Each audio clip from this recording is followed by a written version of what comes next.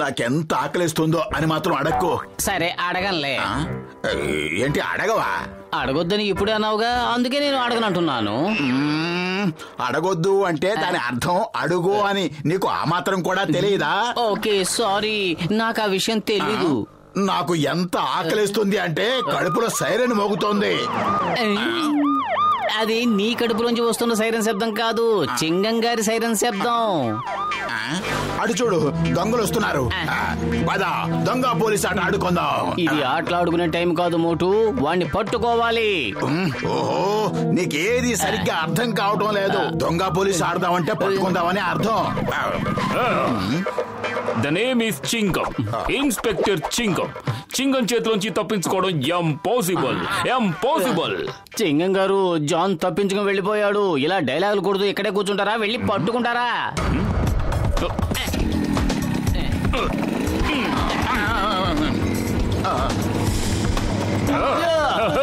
పిల్లొస్తుంటే ఎలక పారిపోతుంది, పిల్లొస్తుంటే ఎలక పారిపోతుంది. ఇక్కడ పిల్ల ఎక్కడుంది? మనం జాన్ని వెంబడిస్తున్నాం కదా. చింగం గారు అంటున్న మాటకు అర్థం ఎలుక అంటే దొంగ, పిల్లంటే పోలీసు. వాళ్ళు వెంటాడి వెంటాడి నన్ను చాలా విసిగించేశారు. ఇక నేను సహించను. ఇప్పుడు నా టైం వచ్చేసింది. అద్భుతం బాస్, అద్భుతం. భలే కవిత చెప్పారు. కథ నెంబర్ 2. కట్టిపెట్టి వ్యాన్ వెనక్కి తిప్పు. సింగాన్ని వెంటాడాలి. ఇవాళ ఈ దొంగే పోలీసుని వెంటాడతాడు.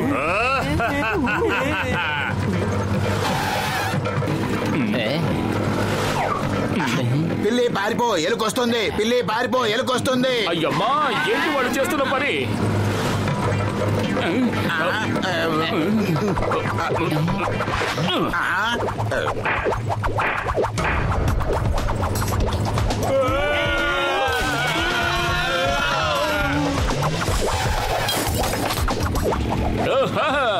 ఎంత బాగా గురి పెట్టాను.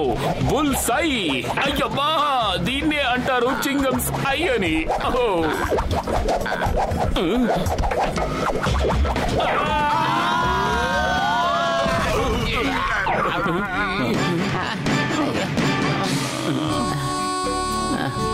మోటు ఏమైంది? ఇల్లే మోటు. చింగం గారు ఎంత పని చేశారు? అయ్యమ్మా, ఏమిటి ఇలా జరిగింది? తనని వెంటనే హాస్పిటల్కి తీసుకువెళ్దాం. అంబులెన్స్ నువ్వు వచ్చి కూర్చో.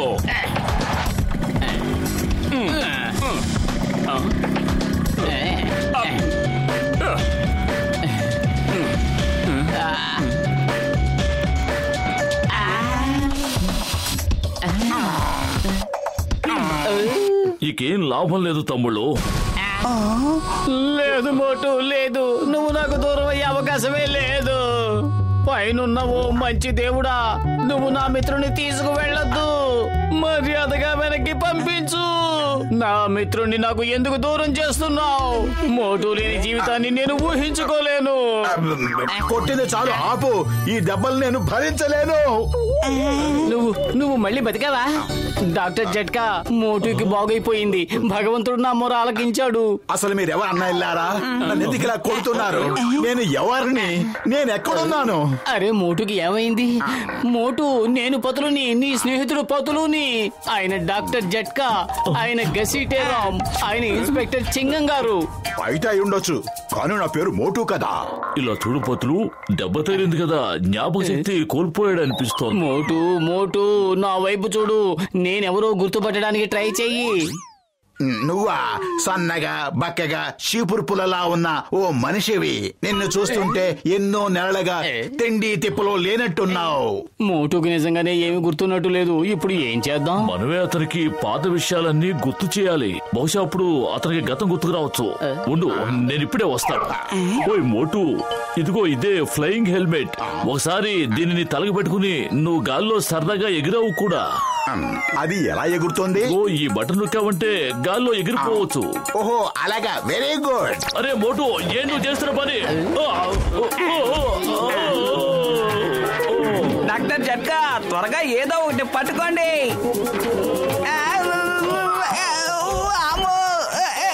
ఏదో ఒకటి పట్టుకోమన్నాను, నన్ను పట్టుకోమని చెప్పలేదు. మోటు, ఇప్పటికైనా ఏమైనా గుర్తొచ్చిందా? లేదు, నాకేం గుర్తు రాలేదు. కానీ ఆట బాగుంది, చాలా మజాగా ఉంది. వెళ్ళండి, మళ్ళీ ఆ హెల్మెట్ పెట్టుకోండి. నేను బట్టలు నొక్కుతూ లగైతు నా నడుం విరిగి ఖైమా అయిపోతే వాడికి మజా వచ్చిందట, మజా.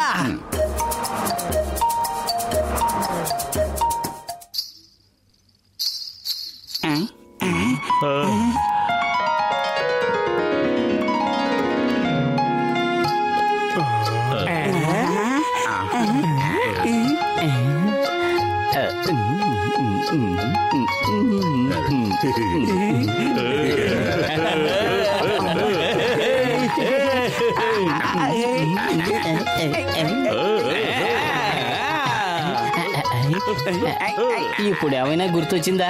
మనం ఒక నాటకంలో సలీం అనార్కలి పాత్రలు కూడా పోషించాం. నాకేం గుర్తు రావడం లేదు, కానీ చాలా బాగుంది. ఇంకా డాన్స్ చేయి.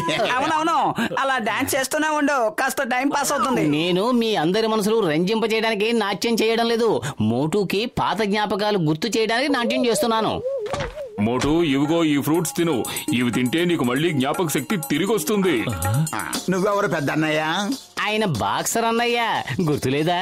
మన ఇద్దరిని చాలా సార్లు తుక్కు రాకొట్టాడు. మోటు ఏం చేస్తున్నావు? ఆయన కోపం వచ్చిందంటే మనందరినీ పైకి పంపించేస్తాడు. లగైతు ఇక మోటుని ఆ పైవాడు కూడా కాపాడలేడు. వీడికి త్వరగా జ్ఞాపక శక్తి తిరిగి వచ్చేలా చూడండి. నేను వీడి అంతు తేల్చి తీరాలి. థ్యాంక్ యూ బాక్సర్ అన్నయ్య. అరే మోటు, నీకు సమోసాలంటే ప్రాణం కదా, ఒకసారి తిని చూడు, నీకు పాత జ్ఞాపకాలు గుర్తుకొస్తాయేమో. సువాసన జీవితంలో వస్తుంది మజా, మన ఎదురుగా ఉన్నప్పుడు వేడి వేడి సమోసా. ఆహా మోటు, నువ్వు ఇంతకు ముందు కూడా ఇలాగే అనేవాడివి. అంటే నీకు పాతవన్నీ గుర్తొచ్చేస్తున్నాయన్నమాట. సువాసన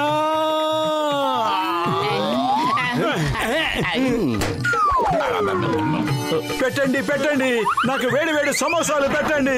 సమోసా సమోసా సమోసా సమోసా సమోసా సమోసా. పతులు గుర్తొచ్చేసింది, నీకంతా గుర్తొచ్చేసింది. నేనే పతులుని. ఏం చేస్తున్నావు మోటు? నీకన్నీ గుర్తొచ్చేసాయని చెప్తే ఇప్పుడున్న రాజభోగం మాయమైపోతుంది. నీకేమీ గుర్తులేనట్టు ఆ నాటకాన్ని అలాగే కంటిన్యూ చేస్తూ ఉండు. గుర్తు రాలేదు, నాకేమీ గుర్తు రాలేదు, కానీ మజాగా ఉంది. తినిపించండి, సమోసాలు తినిపించండి, అప్పుడు గుర్తొస్తుందేమో. అయిపోయాను.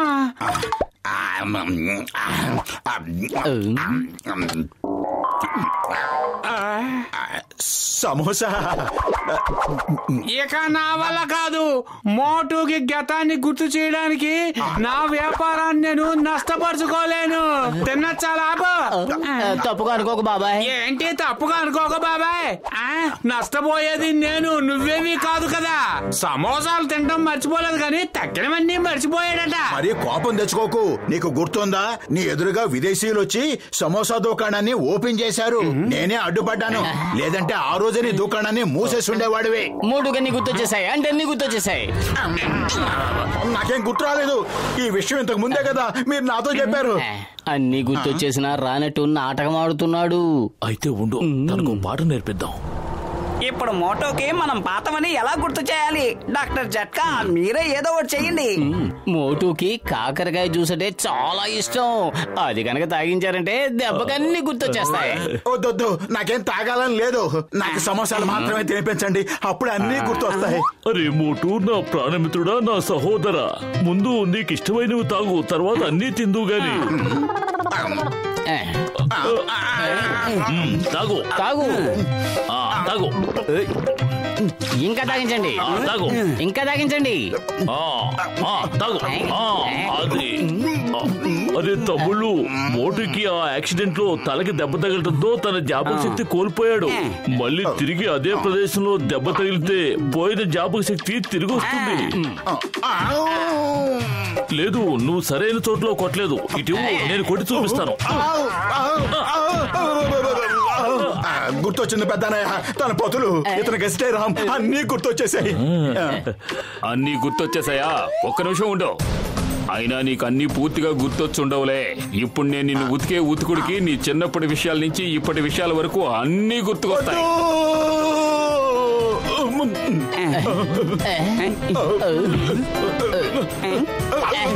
వద్దు, మోటునేమి చేయొద్దు. కాపాడండి.